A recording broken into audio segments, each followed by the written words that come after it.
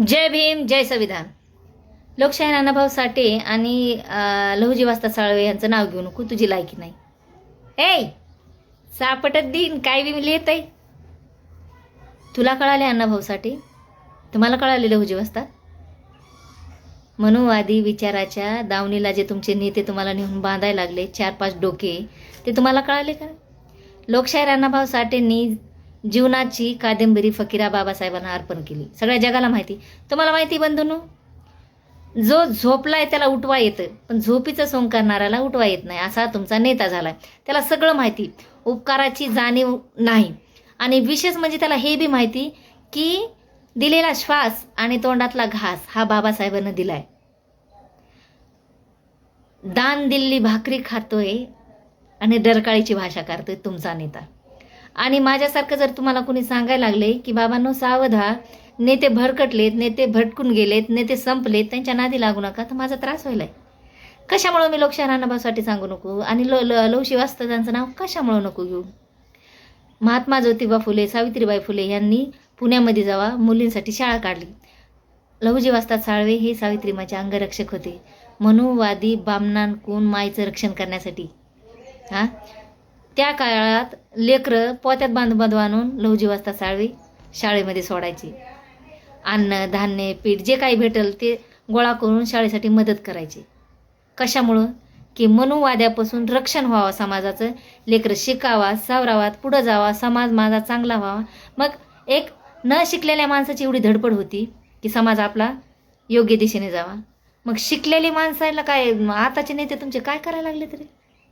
परत एकदा मनुवादी विचाराच्या दावण्याला नेऊन तुम्हाला बांधायला लागले. लहुजी वास्ता साळव्यांचं कार्य सत्य काय आहे हे समजून सांगा ना तुम्ही. नुसत्या तलवारीच्या भाषा, पाडापाडीच्या भाषा, योग तो अख्खी जिंदगी त्याची बाबासाहेब सांगण्यात गेली. इतका बैमान रे बाप, त्याला बघितलं की मला वाटायला मला 60% येतो काय. चांगला स्टेजवर जाऊन इतका बैमान. बाबासाहेबांची जिंदगी गेली सांगण्यात, एक पाय कबरमध्ये आणि एक पाय जिंदगीकडं, तरी ते खोटं बोलायला लागले. इतकं लबाड माणूस. किती रे बापाच्या घराण्याला बोट करायला, नाव उठवायला. एक तर नवीनच मला संविधान बाबासाहेबांनी एकट्यानं लिहिलंय का? अरे तुम्हाला लिहिताना हात तरी तुमचे कसे कामं करायला लागलेत, मरणात कसे इतके बैमान. जन्म देते आईलाच विचारायला लागले की दूध तूच पाजलंस का दुसरीचं प्यालात म्हणून. ज्या महान मानवामुळं जगायला लागलात त्याच्यावर प्रश्न करायला लागले, आणि मला सांगतात की लहुजी वास्ता सांगू नको आणि लायकी नाही तुझी. तुम्हाला कळाले लहुजी वास्ता? त्या टायमाला मनुवादी लोकाला अंधश्रद्धेला आड येणारे लहुजी वास्ता साळवे होते. त्यांनी सावित्रीमाईलाने महात्मा फुलेंना मदत केली. त्या टायमाला तुमचा नेता पळत तुम्हाला मनुवाद्यांच्या दावणीला नेऊन बांधायला हे सांगायला लागले, तर मी गलत? बरं एक गोष्ट सांगते बुद्ध बांधवांना, गोमीचा पाय मोडल्यानं गोम लगडी होत नसती. समाजातील 4-5 डोके भटकल्यानं आपण काही लगडे नाही झालेले. ज्यांना अंधश्रद्धेकडे जायचं, ज्यांचा मार्ग भटकलाय, त्यांना बिनधास्त भटकू द्या. सांगू नका की आपल्या बापानं काय काय केलेलं ह्यांना, ह्यांची लायकी नाही, हे झोपी गेलेत. झोपी नाहीत गेले, हे झोपीचं सोंग करायलेत. त्याच्यामुळे यांना उठवायचा प्रयत्न करू नका. आणि राहिला सवाल की आम्हाला बाप जगाला सांगायचा, अख्ख्या जगाला बाप माहिती. तुमच्या एका दोघा सांगण्यानं काही फरक पडणार नाही आम्हाला. तुम्हाला मान्य करायचं नाही मान्य करायचं, मला असं वाटतं की तुमच्या नसानसात मनुवाद आहे. तुम्हाला सांगून तरी काय फायदा? तुमचे नेते भरकटलेत, त्यांनी तुमचा समाज अर्धा भटकून टाकलाय, अर्धा चांगला शेप आहे. तर मला वाटतंय की अण्णाभाऊ साठेंनी जग बदल घालून घावं म्हणजे सांगून गेले भीमराव, ही जी मेक मनुवाद्याच्या मारली का याचा त्रास व्हायला तुम्हाला. त्याच्यामुळे तर मला अण्णाभाऊ साठे सांगू वाटत नाही. आणि राहिला सवाल की मी नाव घेऊ की नाही घेऊ, तुम्हालाच कळाले नाहीत रे. तुम्ही काय जगाला सांगताय मला सांगता की मी नाव घ्यावं म्हणून आणि नाही घ्यावं म्हणून. विशेष म्हणजे त्या टायमाला लहुजी वास्तादांनी सावित्रीमाई फुले आणि महात्मा ज्योतिबा फुले यांना मदत केली. कशासाठी? की माझा समाज शिक्षणाकडे जावा, माझा समाज अंधश्रद्धेकडून दूर जावा. आणि तुमचे नेते परत एकदा तुम्हाला त्या दावणीला नेऊन बांधायलेत. सावध व्हा, विचार करा. आणि अजून एक मुद्दा की कुत्रा शब्द गाण्यात बोलू नको. तर बंधूंनो, मी कुत्रा शब्द जे बाबासाहेबाला बैमान झाले त्यांना लिहिलाय. मग तुम्ही ठरवा, तुम्ही बाबासाहेबाला बैमान आहात का नाही. कावळा जमतो, डुक्कर जमतो, हे गाण्यामध्ये हे शब्द जमतेत तुम्हाला. मग कुत्रा शब्द का जमा नाही? मला वाटतंय तुम्ही रिअल मनुवादी असता. जे रिअल मनुवादी आहेत ना त्यांनाच हा शब्द लाग. आणि मी जीव गेला तरी हा शब्द बदलणार नाही, कारण मी तुम्हाला भेट नाही. माझ्या बापामुळं मी जगते, माझ्या बाबासाहेबामुळं मी खाते, श्वास घेते. मला काय कोणा मनुवाद्या नेत्यानं काय माझं घर धकत नाही.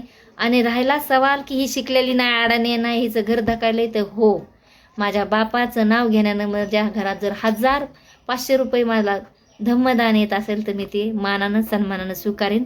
पण तुमच्यासारख्या मनवाद्याचे कुठीच्या प्रॉपर्टीवर थुकते मी. कळलं का? तुमच्या ज्या पोस्ट आहेत का घर दाखवायली चलायली, हो, कोटीची प्रॉपर्टी तुम्ही बाबासाहेबाला बैमान होऊन कमिवली. त्याच्यापेक्षा हे मला 10 रुपये जे भेटायलेत का, धम्मदान, लय मानन लय सामानन, ह्या गोष्टी ते तुम्हाला कळणार नाही. जिंदगी गेली एका साबऱ्याची, तर लय माझ्याकडे बघते शिवाय अख्खी जिंदगी त्यानं बाबासाहेब सांगितलं, आणि लास्टच्या स्टेपला आज न उद्या मरतोय, इतकं बैमान झालं. चंद्राला डाग आहे, सूर्याला आग आहे. चंद्राला डाग आहे, सूर्याला आग आहे. मनुवादी विचाराचे बरं का, माझ्या बापाच्या कष्टाला बैमान झाले. मनुवादी विचाराचे माझ्या बापाच्या कष्टाला झाले. ते रिअल बैमानाचे औलाद आहेत, रिअल बैमान. मग तुम्ही ठरवा, तुम्ही बैमान असाल तर तुम्हाला लागन, नसतान तर जाऊ दे ताई म्हणतात. जय भीम. आणि असं सांगू नका ह्यांना की आपल्या बापानं काय काय केलंय. ह्यांना सगळ्याला माहीत आहे, ह्यांना सगळ्याला जाण आहे. हे उपकाराची जिंदगी जगतात तरी ह्याच्या नाकावर शान आहे. उपकाराची जिंदगी जगतात, अरे वा, आणि तरी शान आहे. जय भीम, जय भीम, जय भीम.